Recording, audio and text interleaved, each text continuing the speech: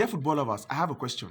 How is it that Vincenzo Montella, the Turkish national team coach, who spends few days every once in a while, every 3-4 months with his Turkish national team players, how is it that he sees the quality in Guler? He sees the ability, what this guy can do, he sees the talent, and he knows how to use this lad, even with the very few match time he's getting in Madrid.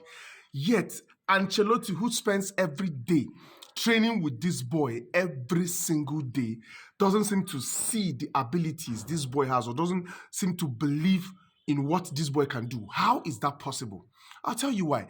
That's the difference between playing under a coach that sees your talent, believes in you, believes in your ability, believes in what you can do, what you can offer, and playing under a coach that even with all the talent you have, even with all the abilities, all the obvious things you can do on the pitch, the coach doesn't seem to believe in your, what you can do. He doesn't see your talent. He doesn't see how you can be efficient in his gameplay. He doesn't believe in you. That is just a simple truth, because I didn't watch the Turkey match last night, right? Because there are other bigger matches to watch. Denmark, Portugal, Spain, Netherlands.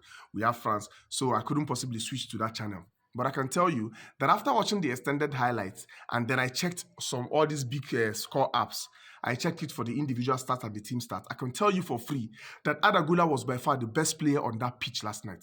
I know some of you will say you should not judge by stats. Yes, for someone that did not watch the match like I didn't watch the match. But I've seen the extended highlights. And then I watched in SofaScore and FlashScore. These are the two big apps I know that I use, right? SofaScore gave him the highest rating. Look at it. Highest rating of all the players. FlashScore, the same thing, highest match rating of all the players. And what's even more intriguing is that Guler played only 64 minutes. He was subbed as the 64th minute of that match. So in 64 minutes, he had more impact, including getting a goal. He had more impact in 64 minutes than some of the players that played 90 minutes. For these two big score apps to give him the highest match rating. Because this national team coach knows what this guy can do. He knows how to use him. And this is for somebody who hardly gets a match. So how is it that Guler, whenever he wears that Turkish national team, he brings his A game? But Ancelilotti will not ever give him the time to play. And whenever he gives him the 2, 3, 5 minutes he gets, and you will see that the boy lacks confidence.